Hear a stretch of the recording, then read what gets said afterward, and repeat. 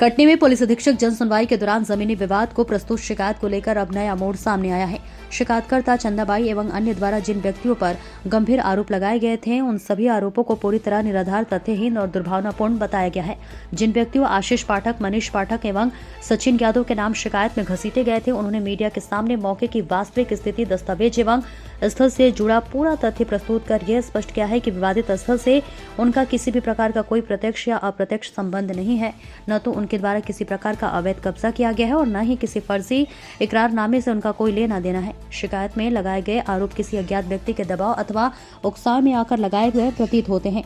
Media के समक्ष प्रस्तुत तथ्यों से ये बात सामने आई है कि शिकायत में वर्णित घटनाओं में कोई ठोस प्रमाण, साक्ष्य या स्वतंत्र गवाह नहीं है। यही नहीं, पूर्व में भी की गई शिकायतों पर अब तक कोई आपराधिक तथ्य सिद्ध नहीं हो पाया है।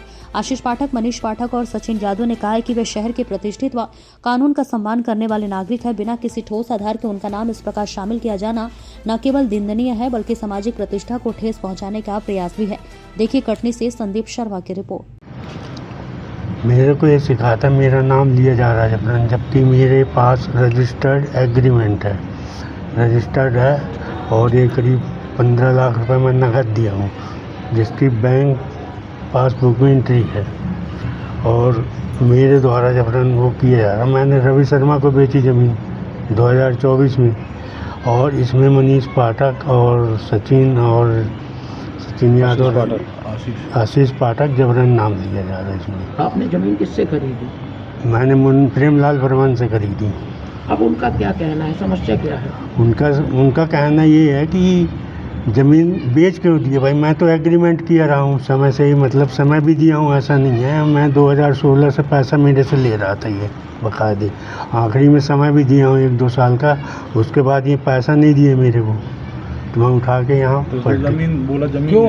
अच्छा, ये लोग क्यों आरोप लगा रहे, किस लालच से? पता नहीं किस लालच में आरोप लगा रहे, झूठा आरोप है ना सब।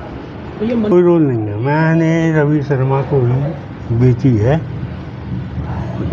पाठक जी, सचिन यादव और विनोद साहू के नाम लेकर, तो ये मैंने प्रॉपर्टी विनोद साहू से, जो विनोद साहू ने विगत करीबन 2 साल पहले प्रेमलाल वर्मन से चुक्तिनामा करा लिया था। तो विनोद साहू को ये लगा कि वे प्रेमलाल वर्मन की नीयत ख़राब हो रही, तो उसने मेरे को वो वाला सौदा बेच दिया। तो मैंने उसका रजिस्टर्ड चुक्तिनामा करा लिया विनोद साहू से।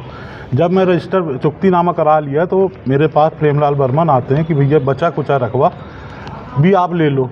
तो उसने फिर मेरे से एग्रीमेंट किया और मेरे से 3 महीने का समय लिया कि भैया 3 महीने का समय मैं ले रहा हूँ, क्योंकि मैं दूसरी जगह घर मकान लेके या कहीं भी यानी मैं स्थायी हो जाऊँगा। तो मैं ठीक है भाई।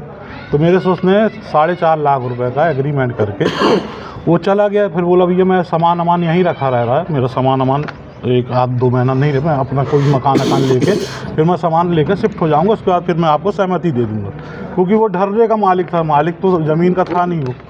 तो उसने बोला फिर 1 महीने बाद 2 महीने बाद उसका बेटा आता कि भैया मैं सामान लिए जा रहा हूँ, मैंने दूसरा मकान किराए से ले लिया। तो सामान ले गया, उसका भी मेरे पास वीडियो है, पैसे का लेन देन का भी उसने, भाई मेरे को ही मालूम था कि ये बेईमान इंसान है।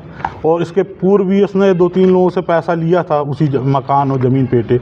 तो मेरे को लगा कि भाई लेन देन जो भी पैसे का हो रहा तो उसका वीडियो बनाना ज़रूरी है, भविष्य को देखते हुए, क्योंकि हम मालूम कि 4 जगह घूम रहा भटक रहा पैसे के लिए। तो मैंने उसका वीडियो ही बनाया जब पैसा मैंने उसको दिया। उसके बाद ये अभी विगत करीबन 6 महीने पूर्व इसने एसपी ऑफिस में फिर शिकायत की, जिसका हम लोगों ने रंगनाथ थाने में जाके पूरा बयान दिया, कागज़ दिखाए, और उसके पूरे बयान होने के बाद उनने बोला चलो ठीक है हम एसपी ऑफिस चले आएंगे।